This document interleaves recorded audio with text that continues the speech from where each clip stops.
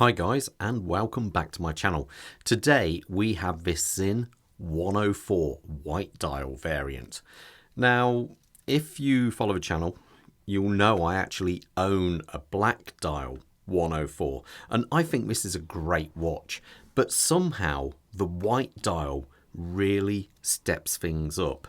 I love the kind of contrast with the stark black hands against this white dial. It just seems to make the watch appear on a new level, on a completely different level to the one. And it's one of these models which I think looks a lot more expensive than it actually is.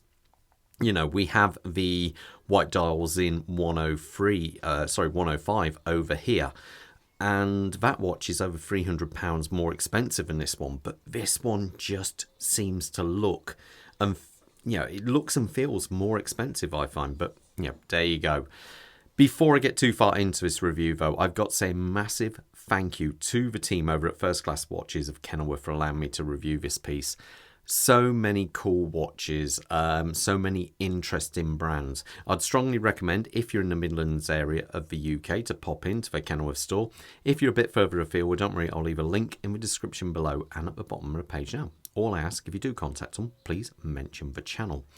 So anyway, let's talk sizes of this. It has a case size of 40mm. The bezel size, though, is 41mm. The thickness of the watch is coming in at 12mm. The lug-to-lug, so the longest point across the body of the watch, is 47mm. And the bracelet size on this is 20mm. Now, the dial. The dial, I think, is absolutely... It's so sharp. It looks really, really well defined. As you can see, we have these fantastic black syringe style hands, and the contrast against that dial just really, really makes them pop. You do have lume in the hour, the hands, all the hands, including the hour markers here, and it does look really sharp and nice. I just love this white dial. It almost looks like a porcelain dial. It's got that kind of sheen to it, and that's one of the things that really draws me to this watch. I love the automatic script over, at the bottom here in Deutsch. I think it looks really good, and the Sinn script across the top, made in Germany. Everything's down to a pure minimal. The hour markers, they look like, have they been applied? It really is one of those where it kind of looks like the lume might, it's kind of, I'm not sure if it's just been printed and then the lume makes it stand out more, but it just gives it a really cool, interesting look. And you do have the day-date complication. That's the only thing. Sometimes I think just the day, the actual date on there would have been better, but nonetheless, it still looks great. I love they've framed it with the black there. Overall, I think this just feels on a different level to the standard black models. So anyway, as we come past that, we are greeted with a very nice domed sapphire crystal with AR on both sides. Does a real nice job of keeping reflections down to a minimal. The actual bezel. The bezel on this is the countdown style. Bezel action, let's have a listen. Very clicky and nice. Is there back play? No. Once it locks in, it is locked in. It's a 60 click bezel and it is bi-rotational, so we can go either forwards or backwards with it. And of course, it lines up. One of the other things with this, it does have the captive bezel system. So what that means is all you have to do is back out the screws at the, I think it's the 2, 3 and 10. Leave one in at the top and you can just release the bezel. It makes it much easier.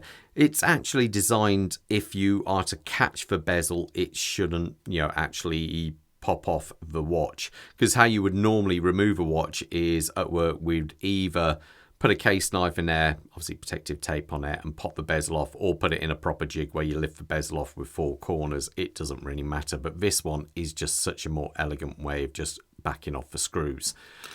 As we come past that, we're greeted with their kind of typical Sinn case design. I like the way this one is just all polished, and you do have these very sharp bevels going on there. They do look really nice, I think.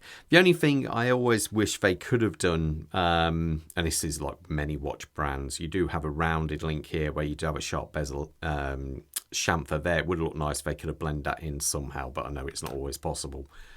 Crown guards protecting the crown over here. We have a signed crown. It is a screw down crown. This watch, after all, does feature 200 meters of water resistance, and there you go, pops out nicely. Let's just press that back in, and there you go, screws back in nice. Overall, I just think it looks great. I know some people don't like that this model is actually polished, but it's one of these watches, I think, because it is polished, I don't think it's over the top. It appears a lot more expensive than it actually is. On the case back on this one, we are featuring the SW200 in its top grade variation with the new rhodium plated rotor on the back. We see all the blued screws back there as well. I did put this one on the time graph, and I think it was pulling 1 second, maybe +1, +2, give or take. And you know, you can't ask much more than this. I believe mine, because it's the older style one, you do actually have the old brass style rotor on there. I quite like the new one, to be fair. I think it looks really good. The movement itself is a 26 joule movement. Power reserve, I think a reliable power of normally 38 hours, though they can sometimes stretch up to 42, but a power curve will start dropping off at that point. So overall, it's a great movement. Bidirectional winding. One thing I always say whenever dealing with an ETA 2824 based movement is don't be one of these people who just takes your watch off and starts manually winding it for no reason. If it's fully wound up, leave it. You know, after all you're doing is putting excessive wear on the ratchet wheel, crown wheel, and the wall of the barrel. So, yeah, just give it a few winds, let it do its thing, it will be all right. So anyway, past that, I should say it's also got low pressure rating. The display case back actually is a sapphire crystal on the back and does feature AR coating on the inside, which is, yeah, overkill, possibly. So anyway, the bracelet on this one, I think it looks fantastic. This has got the polished center links and the brushed outers. It really does look good. It does feature Sinn's new clasp on the back there. You know, it's one of those, I'm a bit 50-50 with it. It does have a slide out on there. I've got a couple of them now, but even like my new watch, I've got a U15. I've swapped the bracelet out because I simply don't get along with this when I'm at the bench working. I find it digs into my wrist as it is a little bit thicker. But, you know, one of those things. It does have a push button on there. Obviously, the bracelet on this one, you do have the Allen keys to secure it. You even get a bottle of Loctite. Let me see, I've got some back here, I think. You get a bottle of Sinn Loctite to secure those screws in if you know, just to make sure they do lock in there nice and securely. Let me put this on the wrist so you got an idea how it looks. Oh, one thing I should point out, bracelets on this. The H-link looks great, but there are options. I personally like the fine link with the polished centers there, polished parts on this. Obviously 3 parts polished, the inner part brushed, or the 556 one, I believe, is fully brushed. I'm not sure if you could swap the end links over and use that one if you so desired, but that is the one actually meant for it, and it looks, again, steps it up no end when you actually have that on there.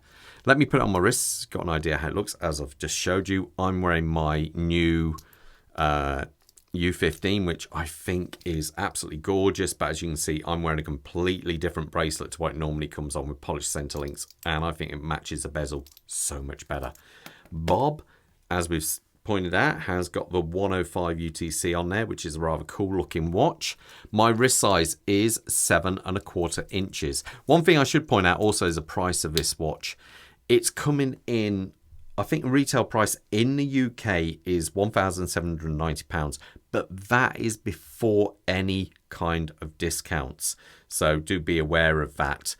You can put the silicone straps on this as well, but somehow the white one actually would probably work really well, but there you go. My wrist size, 7¼ inches, 18.5 centimeters. The watch, I think, is one of Sinn's absolute best. I think that the 104, the 104 range is stunning, and this one just looks superb anyway. So, all right then, guys, I'm going to leave you to it with that, but most importantly, you'll stay safe out there. Take care. Bye.